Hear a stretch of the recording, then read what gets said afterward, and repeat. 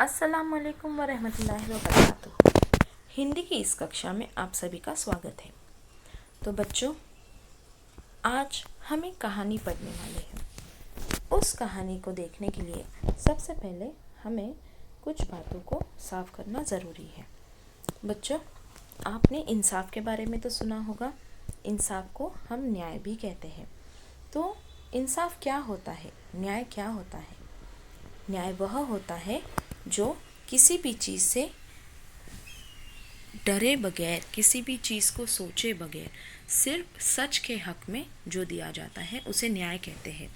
इंसाफ के सामने कोई भी बड़ा छोटा नहीं होता, या फिर इंसाफ के सामने इंसाफ लोगों को देखकर नहीं दिया जाता। इंसाफ सबके बगैर बराबर होना चाहिए। तो अगर कोई बात सच है तो उसे किसी और के लिए बदला नहीं जाना चाहिए।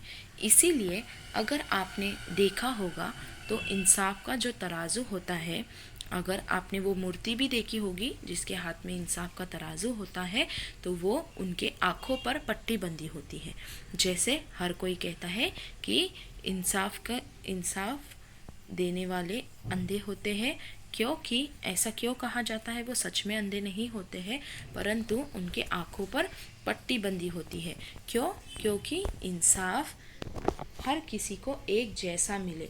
वो ये ना देख पाए कि इंसाफ किसके लिए हो रहा है, क्या इंसाफ हो रहा है, वो व्यक्ति कौन है, पैसे वाला है, गरीब है, अमीर है, या फिर कोई नेता है, या कोई राजा है, कोई महाराजा है। कुछ नहीं, इंसाफ जो देता है उसकी आंखों पे हमेशा इस चीज़ की पट्टी बंदी होनी चाहिए कि वो किसी को देखकर अपने इंसाफ को, अपने न्याय को न बदले। हर किसी के लिए एक जैसा ही न्याय करने वाला, इंसाफ करने वाला ही न्याय मंत्री या फिर जज होना चाहिए। इसीलिए इंसाफ को हम क्या कहते हैं? अंधा कहते हैं। कानून को भी हम अंधा कहते हैं, क्योंकि वह हर किसी के लिए एक जैसा होता है।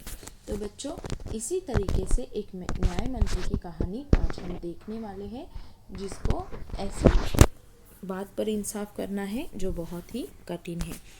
आइए हम देखते हैं आज हमारे जो पाठ है न्याय मंत्री, उसकी कहानी क्या है।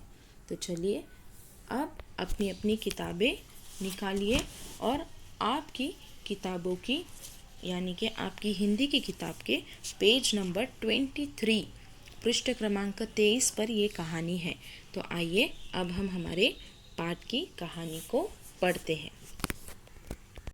जैसे ही शिशुपाल ने दरवाज़ा खोला, उनके सामने एक नवयुवक खड़ा था। बच्चों, नवयुवक का मतलब होता है नौजवान। उन्होंने मुस्कुराकर कहा, यह मेरा सौभाग्य है। शिशुपाल ने उस नवयुवक को मुस्कुराकर देखा और कहा कि यह मेरा सौभाग्य है। बच्चों, सौभाग्य का मतलब होता है अच्छा भाग्य या फिर अच्छे नसीब, गुड लक।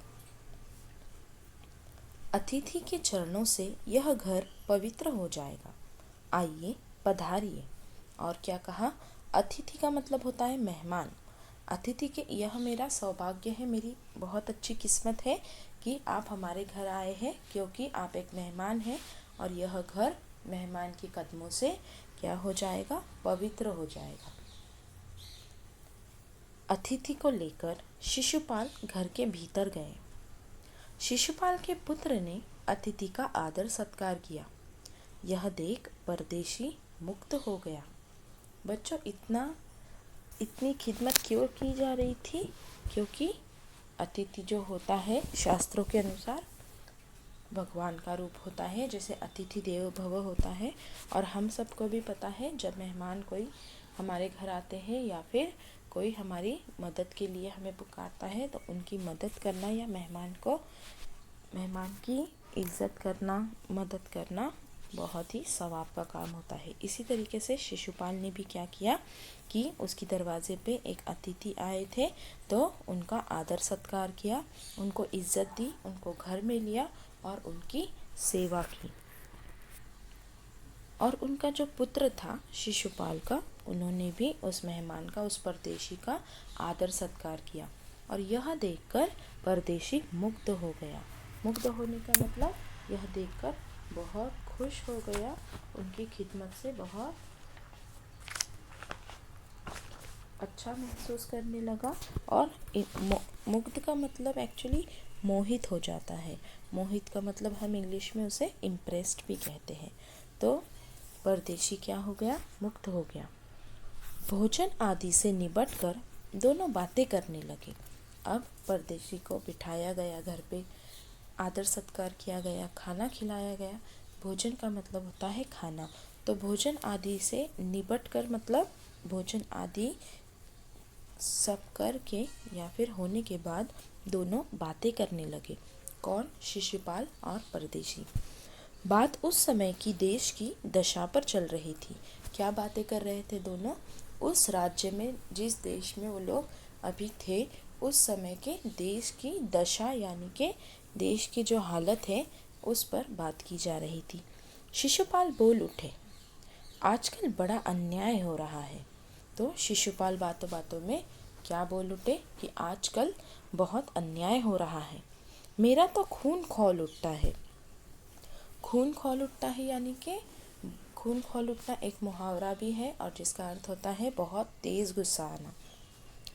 परदेशी इस बात से सहमत न था, परंतु परदेशी को ये बात अच्छी नहीं लगी या फिर वह इस बात से सहमत नहीं था। सहमत होने का उसको ये बात स्वीकार नहीं थी या फिर हम इंग्लिश में कह सकते हैं एग्री। परदेशी इस बात पर एग्री नहीं था या सहमत नहीं था। कुछ चिढ़कर वह बोला, दोष निकालना तो सुगम है परंतु कुछ करके दिखाना कठिन है।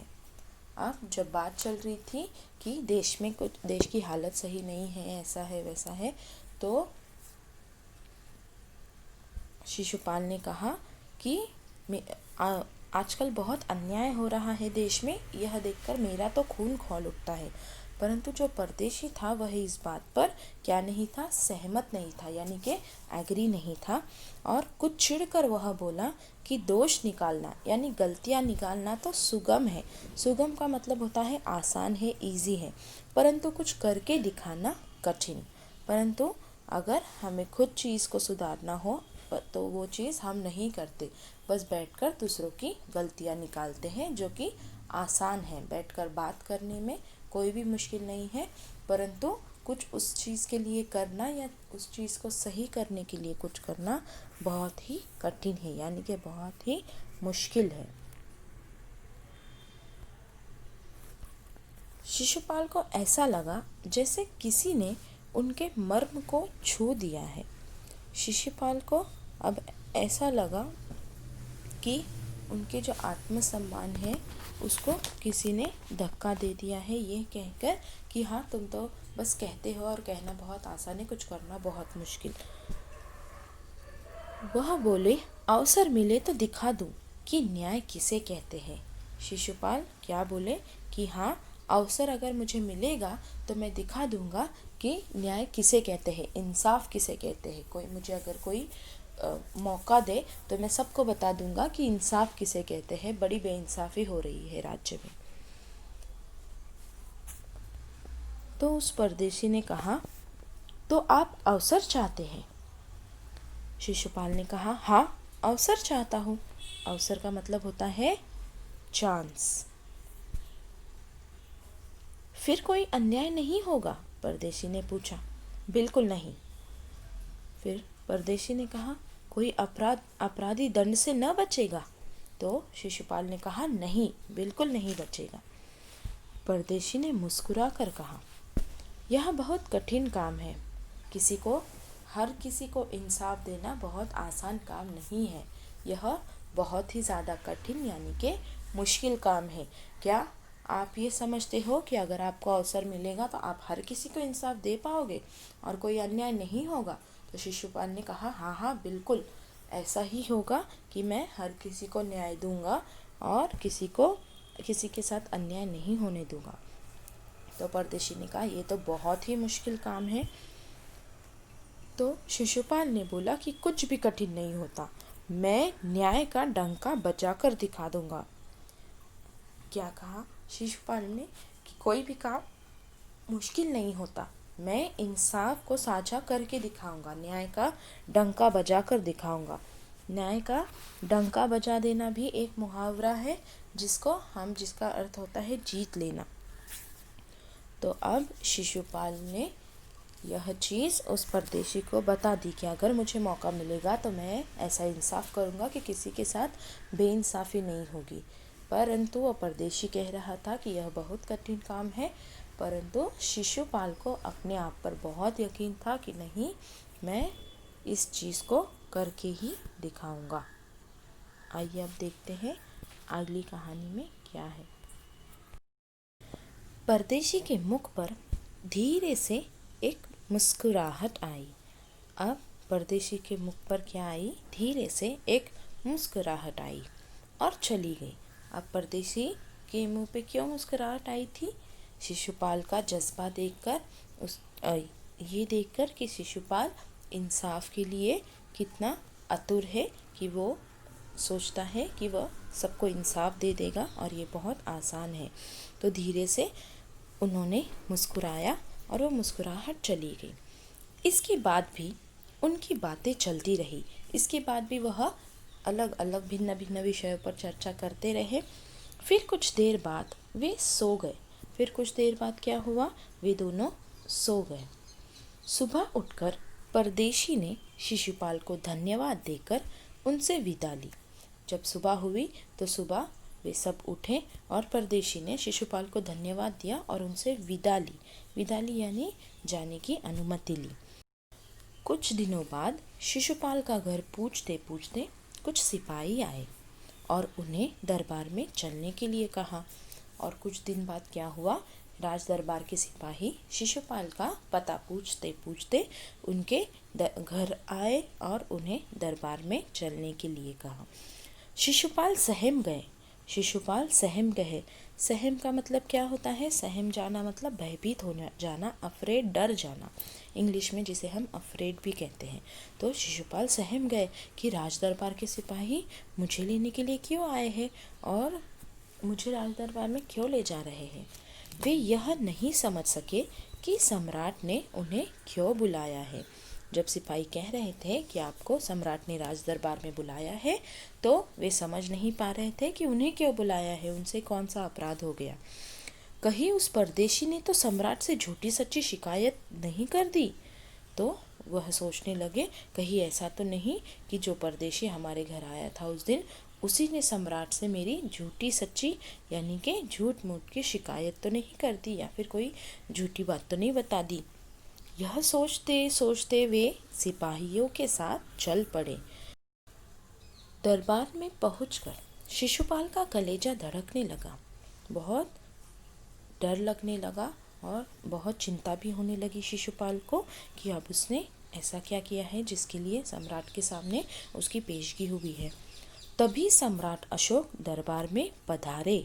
तभी क्या हुआ? दरबार में सम्राट अशोक पधारे और मुस्कराते हुए बोले, ब्राह्मण देवता, आपने मुझे पहचान ही लिया होगा।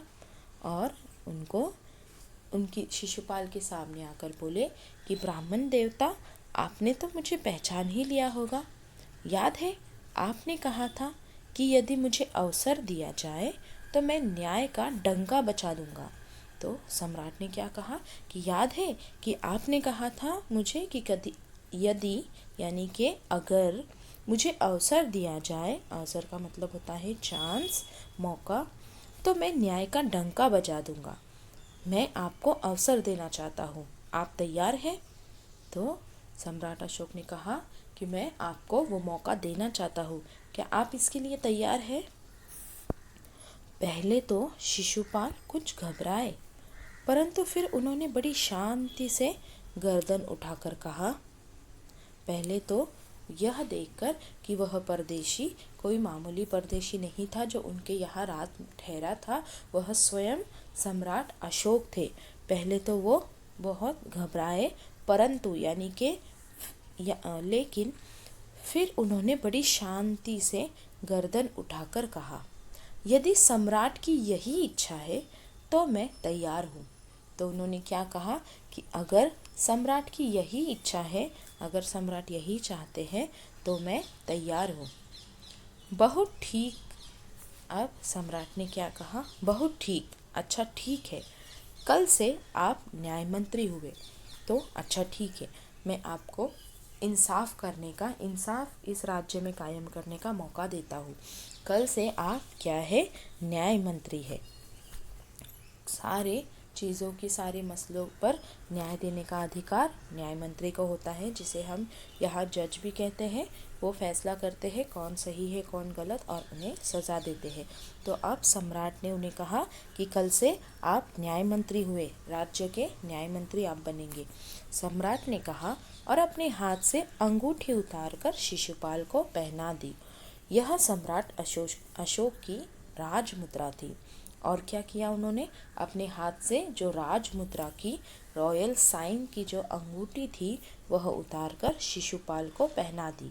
और अब कल से वह बतौर न्याय मंत्री उस राज दरबार में प्रस्थित हो जाएंगे।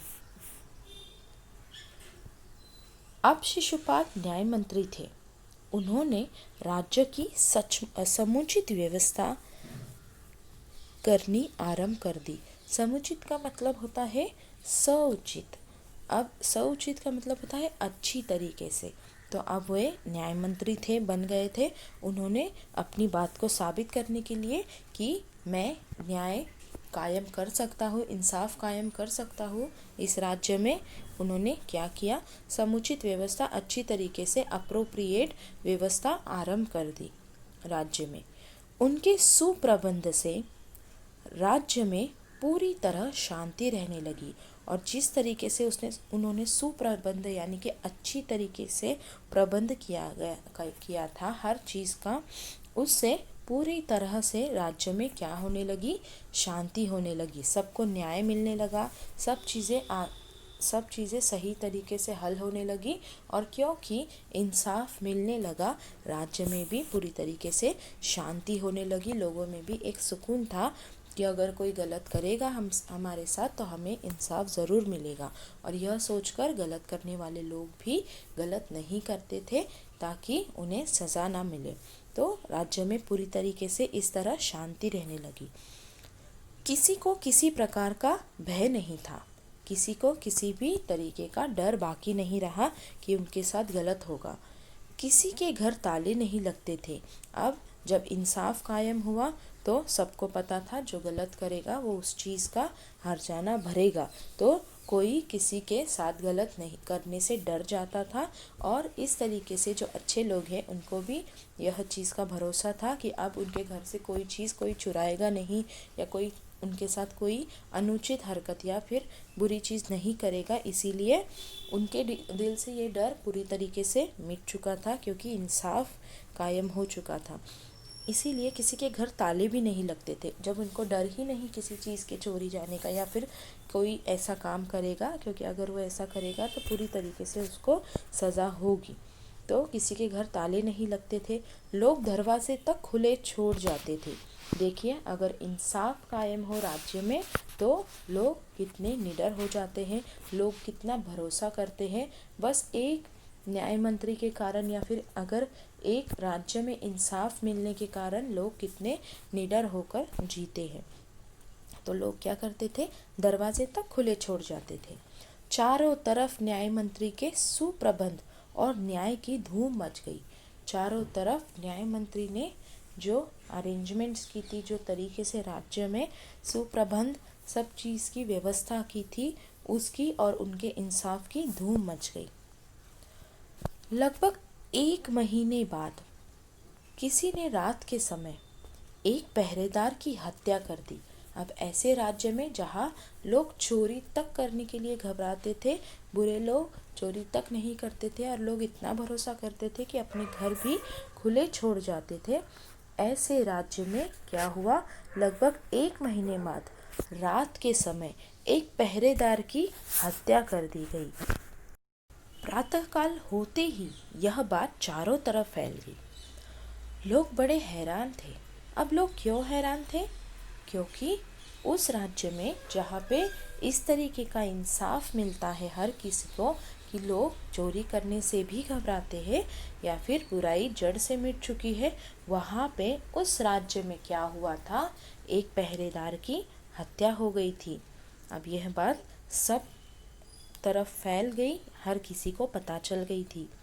शिशुपाल की तो नींद ही उड़ गई। अब शिशुपाल ने जो इतनी अच्छी तरीके से प्रबंध कर रखा था, सब जगह इंसाफ कायम किया था, तो उनके राज्य में ऐसा होना, इस बात से तो शिशुपाल की नींद ही उड़ गई। उन्होंने खाना पीना छोड़कर अपराधी का पता लगाने में रात दिन एक कर दिया। अब ऐसी हरकत जब हुई थी तो उनकी नींद उड़ गई। उन्होंने सारा खाना पीना छोड़ दिया और अपराधी का पता लगाने में उन्होंने रात दिन एक कर दिया, क्योंकि अगर यह अपराधी नहीं पकड़ा गया तो जो बाकी लोग हैं, जो चोरी करने से भी डरते हैं बुरे लोग, उनको हौसला मिल जाएगा। इसीलिए इस बात का पता लगाना कि ऐसे राज्य में जहाँ पे इस तरीके का इंसाफ है, वहाँ पे कोई हत्या कैसे कर सकता है, तो इस हत्यारे को पकड़ना बेहद ही ज़रूरी था। तो वो रात दिन एक करके इस हत्यारे की तलाश कर रहे थे। बहुत प्रयत्न करने के बाद जब अपराधी का पता चला तो शिशुपाल के आश्चर्य का ठिकाना न रहा। अब बहुत प्रयत्न यानी कि बहुत कोशिश करने के बाद जब अपराधी का, मुजरिम का पता चला तो शिशुपाल के आश्चर्य का ठिकाना न रहा। आश्चर्य का ठिकाना न रहना एक मुहावरा है जिसका अर्थ होता है बहुत हैरान होना। शिशुपाल यह जानकर कि कौन अपराधी है बहुत ही आश्चर्यचकित हो गए, बहुत ही हैरान हो गए। स्वयं सम्राट ने उस पहरेदार की हत्या की थी। अब बात क्या थी, इस राज्य में किसी भी प्रजा ने, कोई भी चोर, किसी भी अपराधी ने यह हत्या नहीं की थी। स्वयं सम्राट अशोक ने उस पहरेदार की हत्या की थी। अब देखिए इंसाफ देना कितना मुश्किल हो जाएगा, क्योंकि खुद उस राज्य के राजा ने ही उस पहरेदार की हत्या की थी। और अब इंसाफ देने वाला राजा को कैसे सज़ा दे सकता है जिसका खुद वह क्या है, पाबंद है, वह उसकी आज्ञा को मानने वाला एक कर्मचारी है। अब देखते हैं शिशुपाल ने क्या किया। सम्राट को अपराधी घोषित करना बहुत कठिन काम था। अब सबको ये कहना कि उनके राज्य के राजा ने ही, हमारे सम्राट ने ही ये हत्या की है, ये बहुत ही ज़्यादा कठिन काम था। ऐसे वक्त जो इंसाफ करने वाला इंसान है वह बहुत दुविधा में पड़ जाता है, परेशानी में पड़ जाता है, क्योंकि इंसाफ तो करना है, पर इंसाफ उसी के खिलाफ कैसे करें जो उनके राज्य का राजा है, जिन्होंने खुद इनको न्याय मंत्री बनाया है। शिशुपाल करे भी तो क्या करे, एक और वे न्याय मंत्री थे और दूसरी ओर सम्राट के सेवक। एक और क्या थे, वे न्याय मंत्री थे जिनको इंसाफ करना ही था, और दूसरी ओर सम्राट के सेवक। परंतु न्याय की दृष्टि में सम्राट और साधारण व्यक्ति में कोई अंतर नहीं होता। जैसे इंसाफ की नज़र में या फिर इंसाफ के तराजू में एक आम आदमी और एक राजा दोनों भी एक समान होते हैं। अगले दिन शिशुपाल बहुत शांत थे। अगले दिन अब न्याय मंत्री जिन्हें इंसाफ करना था और उन्हीं के खिलाफ इंसाफ करना था जिनके वे सेवक थे, तो अगले दिन शिशुपाल बहुत शांत थे। उन्होंने अपना कर्तव्य निश्चित कर लिया था और उन्होंने सोच लिया था कि वे क्या करेंगे। नहा धोकर और वस्त्र बदलकर वे ठीक समय पर दरबार में पहुँचे और अगले दिन उन्होंने सोच लिया था कि अब जाकर उन्हें क्या करना है। तो नहा धोकर और वस्त्र बदलकर उन्होंने क्या किया, वे दरबार में ठीक समय पर पहुंच गए। सम्राट अशोक सिंहासन पर बैठे हुए थे। अब सम्राट अशोक वहाँ पे सिंहासन पर बैठे हुए थे न्याय मंत्री के इंतज़ार में। आते ही उन्होंने शिशुपाल से पूछा, अब ये कितना बड़ा चैलेंज है कि ठीक सम्राट को ही कहना है कि वे इस काम के दोषी हैं और अपराधी हैं, इस हत्या का आरोप उन पर है और उन्हीं को सज़ा देनी है जिसके वे सेवक हैं। आते ही उन्होंने शिशुपाल से पूछा, अपराधी का पता चला? न्याय मंत्री ने साहसपूर्वक कहा। साहसपूर्वक का मतलब होता है बहुत ही हिम्मत के साथ कहा, जी हाँ, चल गया। तो फिर उसे उपस्थित करो। तो सम्राट ने क्या आदेश किया, तो उस अपराधी को हाजिर करो। उपस्थित का मतलब होता है हाजिर करना। न्याय मंत्री कुछ रुके, फिर अपने उच्च अधिकारी को संकेत करते हुए बोले। न्याय मंत्री कुछ देर तो रुके, फिर अपने उच्च अधिकारी जो एक ऊंचे ओहदे पे था उसको संकेत यानी कि इशारा करते हुए बोले, धनवीर गिरफ्तार कर लो, मैं आज्ञा देता हूँ। संकेत सम्राट की ओर था और उन्होंने क्या कहा, धनवीर तुम गिरफ्तार कर लो इन्हें, मैं आज्ञा देता हूँ। और सम्राट की तरफ इशारा करके बोले कि इन्हें गिरफ्तार कर लो, मैं आज्ञा देता हूँ। दरबार में निस्तब्धता छा गई। निस्तब्धता का मतलब है चुप्पी, एकदम शांति, कंप्लीट साइलेंस छा गया। सम्राट का चेहरा क्रोध से लाल हो गया। अब सम्राट का चेहरा गुस्से से लाल हो गया। वे सिंहासन से उठ खड़े हुए और बोले, इतना साहस, तुम्हारी इतनी हिम्मत। अब उन्होंने क्या किया कि वे सिंहासन से उठ खड़े हुए और उन्होंने कहा कि तुम्हारा इतना साहस, इतनी हिम्मत कि मुझे तुम गिरफ्तार करने की आज्ञा देते हो। यहाँ आप देख सकते हैं कि यह जो नीले वस्त्र में खड़े हैं सम्राट है और यह शिशुपाल है, वे सम्राट की ओर इशारा करके आज्ञा दे रहे हैं। आइए देखते हैं आगे क्या हुआ। न्याय मंत्री ने ऐसा भाव प्रकट किया जैसे कुछ सुना ही ना हो। तो न्याय मंत्री ने, जब सम्राट ने उनसे कहा कि तुम्हारी इतनी हिम्मत, तो ऐसे एक्सप्रेशंस, ऐसा भाव दिया कि जैसे उन्होंने कुछ सुना ही ना हो। उन्होंने अपने शब्दों को फिर दोहराया। उन्होंने क्या किया, फिर दोबारा अपने शब्दों को कहा, फिर एक बार आदेश दिया, धनवीर देखते क्या हो, अपराधी को गिरफ्तार कर लो। अब उन्होंने कहा कि जैसे उन्होंने सम्राट को सुना ही नहीं, उन्होंने धनवीर को फिर एक बार अपनी बात दोहराई। कहा कि धनवीर देखते क्या हो, अपराधी को गिरफ्तार करो। दूसरे ही क्षण सम्राट के हाथों में हथकड़ी पड़ गई और दूसरे ही क्षण क्या हुआ, सम्राट के हाथों में हथकड़ी लगाई गई।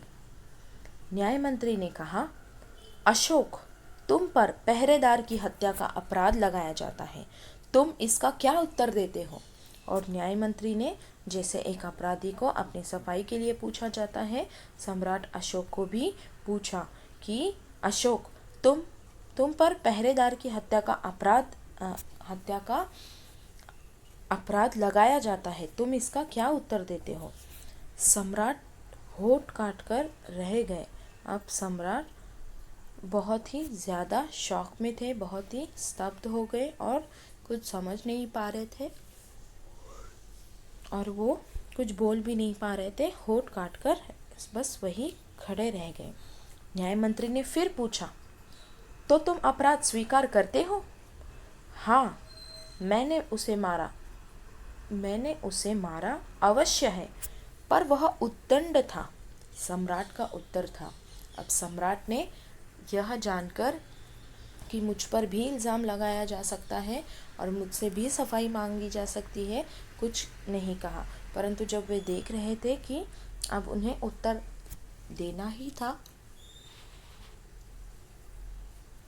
तो उन्होंने कहा कि हाँ, मैंने उसे मारा अवश्य है, परंतु वह उद्दंड था। उद्दंड का मतलब ऐसा इंसान जो बहुत ही उल्टे जवाब देता हो या फिर बिल्कुल अच्छे से व्यवहार न करता हो या फिर बात नहीं मानता हो। वह उद्दंड था या नहीं, तुमने एक राजकर्मचारी की हत्या की है। अब सम्राट को न्याय मंत्री ने कहा कि वह उद्दंड था या नहीं, परंतु तुमने एक राज्य कर्मचारी की हत्या की है, तुम अपराधी हो, तुम्हें मृत्यु दंड दिया जाता है। न्याय मंत्री ने निर्णय दे दिया कि वह कैसा भी हो, वह अच्छा था या बुरा था, इस बात पे चर्चा नहीं की जा सकती, परंतु तुमने एक राजकर्मचारी की, राजा के दरबार में काम करने वाले की हत्या की है, तुम अपराधी हो, तुम गुनहगार हो और तुम्हें मृत्यु दंड दिया जाता है। मृत्यु दंड का मतलब होता है मौत की सज़ा सुनाई जाती है। न्याय मंत्री ने निर्णय दे दिया, यानी कि न्याय मंत्री ने फैसला सुना दिया। सारी सभा में सन्नाटा छा गया। उन्हीं के सेवक से उनको मौत की सज़ा सुनाई जा रही थी, जो उन्हीं के दरबार में जिसका फैसला हो रहा था। उन्हीं के राज्य में राजा को कैसे मृत्युदंड दिया जा सकता है। तो सारी सभा में यह देखकर कि हमारे राजा को ही उन्हीं के दरबार में मौत की सज़ा सुनाई जा रही है, सारी सभा में सन्नाटा यानी कि चुप्पी, साइलेंस छा गया। कोई कल्पना भी नहीं कर सकता था कि सम्राट को अपराधी घोषित कर दंडित भी किया जा सकता है। कोई इस बात को सोच भी नहीं सकता था कि उन्हीं के दरबार में सम्राट को मुजरिम घोषित कर यानी कि साबित कर दंड भी दिया जा सकता है, सज़ा भी दी जा सकती है। न्याय मंत्री का निर्णय सुन सम्राट ने सिर झुका लिया। न्याय मंत्री का जो उनका इंसाफ था, जो उनकी बात थी, जो उनका फैसला था, ये सुनकर सम्राट ने अपना सर झुका लिया। वे तो स्वयं शिशुपाल की परीक्षा लेना चाहते थे। वे क्या करना चाहते थे? स्वयं ये देखना चाहते थे कितनी मुश्किल से मुश्किल हालत में भी क्या न्याय मंत्री, क्या शिशुपाल इंसाफ कर पाएंगे। तो वे खुद उनकी परीक्षा लेना चाहते थे। शिशुपाल अपनी परीक्षा में सफल हो गए थे, इसीलिए उन्होंने वो चीज़ की, यानी कि उस उद्दंड राजकर्मचारी की हत्या की, यह देखने के लिए कि जब अब आरोपी ही राजा है तो न्याय मंत्री कैसे इंसाफ करेंगे।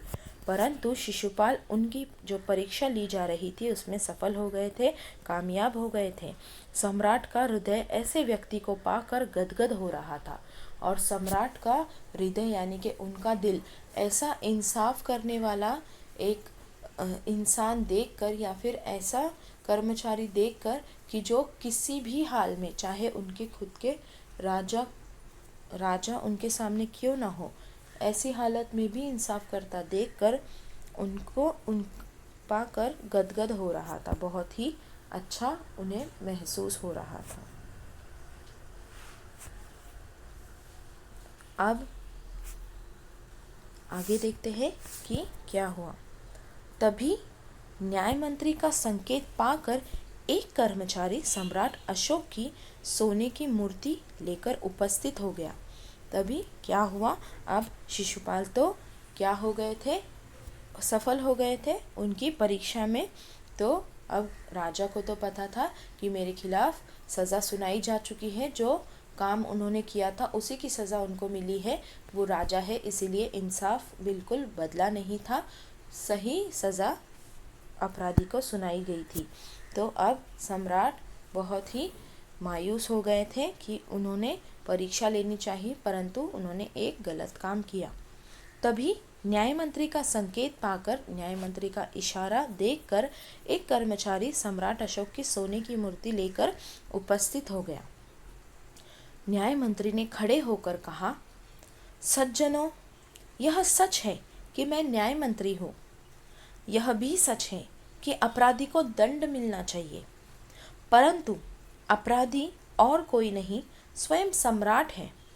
शास्त्रों में राजा को ईश्वर का रूप माना गया है, इसीलिए उसे ईश्वर ही दंड दे सकता है। अतएव मैं आज्ञा देता हूँ कि सम्राट को चेतावनी देकर छोड़ दिया जाए। अब न्याय मंत्री ने क्या कहा सबसे कि सज्जनों, मैं न्याय मंत्री तो हूँ, मेरा काम है कि इंसाफ करूँ, और जब हम ये देख रहे हैं और मैं इंसाफ ही करना चाहता हूँ, परंतु ये जो अपराध है इसमें स्वयं हमारे सम्राट ही दोषी है। और हम सब जानते हैं कि शास्त्रों के अनुसार जो शास्त्र लिखे गए हैं उसमें जो हमारा राजा होता है उसे भगवान का या फिर ईश्वर माना जाता है, भगवान माना जाता है। इसीलिए हम ईश्वर को तो सज़ा नहीं दे सकते, ईश्वर को तो सिर्फ ईश्वर ही, भगवान को तो सिर्फ भगवान ही सज़ा दे सकता है। इसीलिए मैं चाहता हूँ कि सम्राट को, जो कि हम सज़ा नहीं दे सकते, हमारे हाथ के बाहर की चीज़ है, इसीलिए उन्हें वार्निंग देकर, चेतावनी देकर छोड़ दिया जाए, और उनके स्थान पर, उनकी जगह पर इस सोने की मूर्ति को फांसी पर लटका दिया जाए, जिससे लोगों को शिक्षा मिले। अब उनकी जगह पर उनकी जो ये मूर्ति है, उन्हें फांसी पर लटका कर यह लोगों को संदेश दिया जाए कि कोई भी अपराध किसी से भी हुआ हो, हत्या के अपराध की सजा मृत्यु दंड ही होगा। परंतु क्योंकि हम राजा को मृत्यु दंड नहीं दे सकते, क्योंकि वो ईश्वर है और भगवान को तो भगवान ही सजा दे सकते हैं, परंतु राजा के अलावा अगर कोई भी यह काम करता है तो उसको बगैर किसी लम्हे को गवाए उसे मृत्यु दंड ही सुनाया जाएगा। यह शिक्षा यानी कि यह बोध, यह सीख देने के लिए न्याय मंत्री ने उस सोने की मूर्ति को फांसी देने का फैसला किया। न्याय मंत्री का न्याय सुन लोग उनकी जय जयकार कर उठे। अब न्याय मंत्री का इंसाफ सुनकर लोग उनकी जय जयकार कर उठे। सभी जगह उनकी प्रशंसा हुई। सब लोग चले गए तो शिशुपाल ने राजमुद्रा सम्राट अशोक के सामने रख दी और बोले, जब सब लोग दरबार से जा चुके थे तो न्याय मंत्री ने जो अंगूठी, जो राजमुद्रा सम्राट ने शिशुपाल को दी थी, तो वह उन्हें लौटा दी न्याय मंत्री ने और उनको बोले, महाराज यह राजमुद्रा वापस ले ले, मुझसे यह बोझ नहीं उठाया जाएगा। उन्होंने क्या कहा कि महाराज आप ये जो राजमुद्रा है यह आप प्लीज़ वापस ले लीजिए, मुझसे यह बोझ नहीं उठाया जाएगा। अशोक ने सम्मान भरी दृष्टि से उनकी ओर देखते हुए गदगद कंठ से कहा। अब सम्राट अशोक ने बहुत ही इज्जत से उनकी तरफ देखा और उन्होंने बहुत ही भावुक होकर कहा, आपने मेरी आंखें खोल दी है, आपका साहस प्रशंसनीय है। आपने मेरी आंखें खोल दी न्याय मंत्री, आपका जो साहस है, जो आपकी हिम्मत है, वो बहुत ही काबिले तारीफ है। यह बोझ आपके अतिरिक्त और कोई नहीं उठा सकता। ये जो इंसाफ का बोझ है कि सामने भले ही आपका राजा आए तब भी आप आपकी इंसाफ से ज़रा नहीं चूके। यह आपका इंसाफ देने का तरीका या फिर यह आप इंसाफ की जो बोझ, जो जिम्मेदारी आपने उठाई है, यह आपके अतिरिक्त और कोई भी नहीं उठा सकता। न्याय मंत्री निरुत्तर हो गए। न्याय मंत्री क्या हो गए? कोई लाजवाब हो गए, कोई जवाब ही नहीं था उनके पास। बच्चों, आपने देखा कि किस तरीके से शिशुपाल ने जो कहा था कि अगर उन्हें मौका दे दिया जाए तो वे क्या करेंगे, पूरे राज्य में न्याय कायम करेंगे। उसी तरीके से सम्राट अशोक ने उन्हें मौका दिया और न्याय मंत्री ने बिल्कुल पूरे राज्य में अपने इंसाफ का डंका बजा दिया, इंसाफ की जीत करा दी और ऐसी जीत कराई कि अपराधी कोई भी उनके राज्य में कोई अपराध नहीं करते थे और लोग इतने भयमुक्त हो गए कि वो अपने घरों को ताले भी नहीं लगाते थे। तो इसी तरीके से हमने इस इंसाफ की कहानी को देखा कि अगर इंसाफ और अमन कायम हो तो लोग बहुत ही आराम से राज्य में भयमुक्त रह सकते हैं। तो न्याय मंत्री ने अपने इंसाफ का डंका आखिर बजा ही दिया। उम्मीद है आप सबको ये कहानी अच्छी लगी होगी और आपको समझ में भी आई होगी। तो आपको भी इस कहानी से बोध लेना है कि चाहे कोई भी आए सामने, कोई भी राजा हो या कोई और हो, हमें इंसाफ का, सच का साथ नहीं छोड़ना चाहिए। और अगर जहाँ सच्चाई हो वहाँ पे किसी चीज़ का डर नहीं होता। हम डर से मुक्त होकर, भय से मुक्त होकर रह सकते हैं। तो बच्चों, हमारे इस कहानी के अब हम शब्दार्थ देखते हैं। शब्दार्थ में सबसे पहला है सौभाग्य। जैसे हमने आपको बताया था, सौभाग्य का मतलब होता है अच्छी किस्मत, गुड लक। अतिथि का मतलब होता है मेहमान, गेस्ट। आदर सत्कार का मतलब होता है सम्मान करना, रिस्पेक्ट करना। और मुग्ध का मतलब होता है मोहित और इम्प्रेस्ड हो जाना। सहमत का मतलब होता है स्वीकार और एग्री करना किसी बात से, जैसे हम कहते हैं मैं आपकी बात से सहमत हूँ। सुगम का मतलब होता है आसान, इजी। अपराधी का मतलब होता है दोषी, जिसने दोष किया हो, जिसने अपराध किया हो वह अपराधी होता है, कन्विक्टेड। और सहम जाना, उसका मतलब होता है भयभीत होना, अफ्रेड, टू बी अफ्रेड। समुचित का मतलब होता है अच्छी तरह से, जो उचित हो, अप्रोप्रिएट। उपस्थित का मतलब होता है हाजिर, प्रेजेंट होना। निस्तब्धता, जब राजा को सज़ा सुनाई दी गई तो राज दरबार में एक निस्तब्धता फैल गई, यानी कि एक चुप्पी, एकदम शांति, कंप्लीट साइलेंस जिसे हम इंग्लिश में कहेंगे। सन्नाटा का मतलब होता है चुप्पी या साइलेंस। दंडित का मतलब होता है सज़ा देना, पनिश। चेतावनी का मतलब होता है सावधान करना, वार्निंग देना। निरुत्तर का मतलब होता है बिना उत्तर के, हैविंग नो आंसर। देखिए, हमने शब्दार्थ भी पढ़ लिए। इन शब्दार्थों को आपको आपकी नोटबुक में लिखना है और उसके बाद आपको मुहावरे भी लिखने हैं। मुहावरों का अर्थ लिखना है और उसका वाक्य में प्रयोग करना है। आइए देखते मुहावरे और उनका अर्थ क्या है। खून खौल उठना। खून खौल उठना का मतलब होता है बहुत क्रोध आना, बहुत गुस्सा आ जाना, तो उसे कहते हैं खून खौल उठना। इसका आपको वाक्य में प्रयोग करना है। जैसे इंसाफ की बात सुनकर इंसाफ कायम नहीं कर सकते सुनकर शिशुपाल का खून खौल उठा। डंका बजा देना यानी कि जीत लेना, सच्चाई का जैसे शिशुपाल को डंका बजाना था। नींद उड़ जाना, परेशान होना, जब कोई चीज़ अगर आपको परेशान कर रही है तो जब आपकी नींद उड़ जाती है। रात दिन एक करना, बहुत परिश्रम करना, बहुत मेहनत करना, जैसे मेरी परीक्षा के अभ्यास के लिए मैंने दिन रात एक कर दिया। आश्चर्य का ठिकाना न रहना का मतलब होता है बहुत हैरान होना। सम्राट को ही अपराधी पाकर शिशुपाल के आश्चर्य का ठिकाना न रहा, ऐसा वाक्य आप लिख सकते हैं। तो ये आपको 5 मुहावरे, उनका अर्थ और लिखना है और उसके बाद आप वाक्य में प्रयोग भी करेंगे। यह आपको आपकी नोटबुक में करना है। आइए देखते हैं मौखिक प्रश्न क्या है। परदेशी कौन था और उसने शिशुपाल का दरवाज़ा क्यों खटखटाया? अब परदेशी कौन था, इसका जवाब तो हमें पता है कि परदेशी वही राज्य के सम्राट अशोक थे और उन्होंने रात को रहने के लिए, अतिथि के रूप में रहने के लिए शिशुपाल का दरवाज़ा खटखटाया। शिशुपाल ने परदेशी से क्या शिकायत की? शिशुपाल ने परदेशी से शिकायत की कि राज्य में आजकल कुछ सही नहीं हो रहा है और अन्याय हो रहा है। परदेशी किस बात पर चिढ़ गया? परदेशी किस बात पर चिढ़ गया? परदेशी शिशुपाल की इस बात पर चिढ़ गया कि कहना तो आसान है परंतु कुछ करना बहुत ही कठिन होता है। बैठकर किसी भी चीज़ पर, किसी भी राज्य के हाल पर बात करना बहुत ही आसान होता है। सम्राट ने शिशुपाल को न्याय मंत्री बनकर उसे क्या दिया?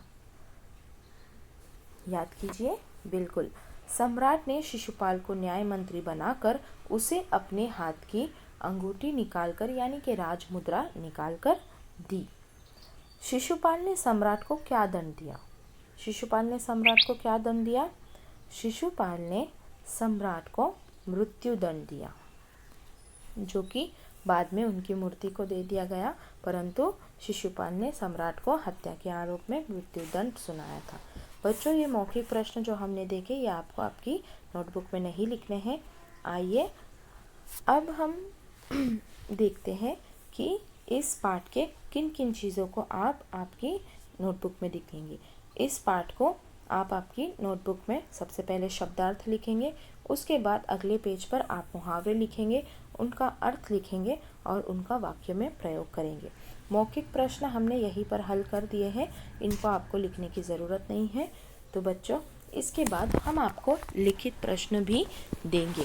उन लिखित प्रश्नों को आपको आपके किताब में लिखना है, यानी कि आपकी नोटबुक में लिखना है, और जो ग्रामर टॉपिक्स है वो आप आपकी टेक्स्ट बुक में ही सॉल्व करेंगे। तो उम्मीद है आपको इस पाठ को समझना आसान हुआ होगा या फिर आपने इस पाठ को समझ लिया होगा। अब हम लिखित प्रश्न आपको सेंड करेंगे, जो आपको कॉपी करने हैं आपकी बुक में। तो इसी के साथ इस हिंदी कक्षा को हम यही समाप्त करते हैं। अब हम आपसे मिलेंगे अगली कक्षा में एक नए पाठ के साथ। धन्यवाद।